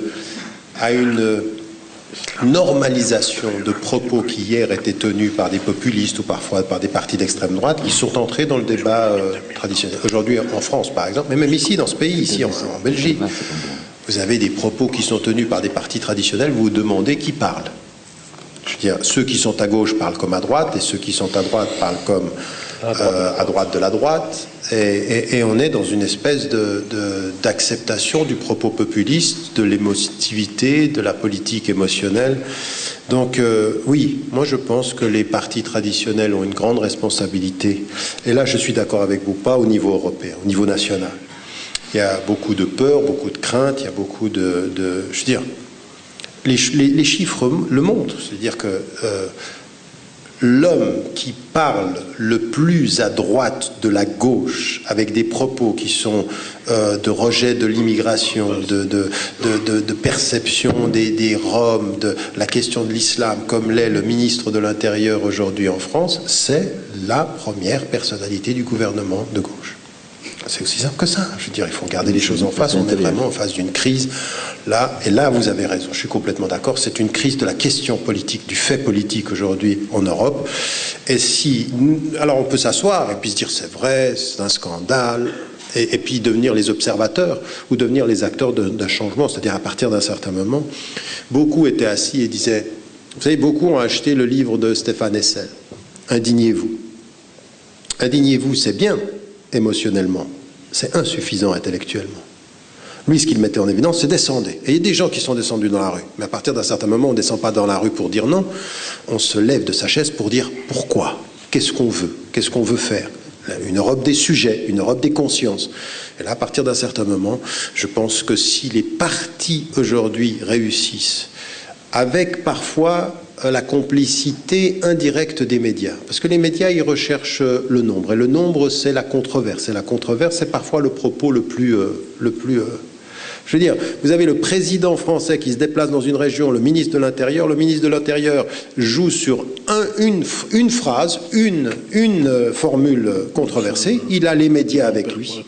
Mais ça, c'est pas nouveau. Moi, je me souviens, quand j'étais en Angleterre, au moment où j'écrivais le livre « Être musulman européen », que quand on faisait un rassemblement de citoyens européens de confession musulmane qui parlaient de la citoyenneté, qui parlaient de la proactivité, qui parlaient de la construction, on avait la moitié d'un journaliste. Pourquoi je dis la moitié d'un journaliste? Parce que le journaliste, il vient vers moi et me dit « Je suis là, mais je ne suis pas envoyé par mon journal. » En d'autres termes, il vient écouter, parce que ça l'intéresse, mais il ne va rien en faire. Il y en a un autre, un groupe de 8 personnes, qui te disent on va planter le drapeau de l'islam sur le 10 Downing Street. On va imposer la charia dans ce pays. Et là, vous avez 354 journalistes qui se pointent. Et inversement proportionnel, c'est un petit groupe. Donc on sort. Mais après, on peut en rire. Mais vous voyez ce que ça reproduit en termes de réflexion dans les mentalités. Et aujourd'hui, il faudrait que les journalistes sachent qu'ils sont des citoyens, qu'on ne peut pas simplement compter sur le nombre. Il faut maintenant comprendre la qualité, la substance. Là, c'est une responsabilité, mais c'est aussi à nous d'être partie prenante de ce débat-là. Alors, certains d'entre nous ont considéré que la bataille était perdue. Oui. Et le meilleur moyen de perdre, c'est de penser, je veux dire, pour tous ceux d'entre vous qui ont fait du sport, si vous entrez sur le terrain en pensant que vous allez perdre, c'est perdu. Et qu'à partir d'un certain moment, si je sais ce que ça veut dire que la citoyenneté, et si même je sais ce que ça veut dire que la foi, c'est-à-dire à partir d'un moment où on a une foi en Dieu ou une foi en l'homme, et pour ceux qui sont des citoyens de confession musulmane, il y a une dimension ici, c'est que tout est possible et qu'il faut... Alors, je parlais avec Edgar Morin, qui est un athée, et qui dit « j'ai foi en l'improbable ». C'est-à-dire il faut aussi parier sur l'improbable. Et que d'un point de vue musulman, j'ai foi en une force qui peut faire que tout ce que les hommes peuvent imaginer qui ne pourrait ne pas arriver, puisse arriver un jour par la volonté, par l'engagement. Il y a des gens qui changent les sociétés. À partir d'un certain moment, c'est aussi ça qu'il faut développer en nous, c'est-à-dire cette espèce de force intérieure, cette force de la conviction que malgré toutes les adversités, c'est possible.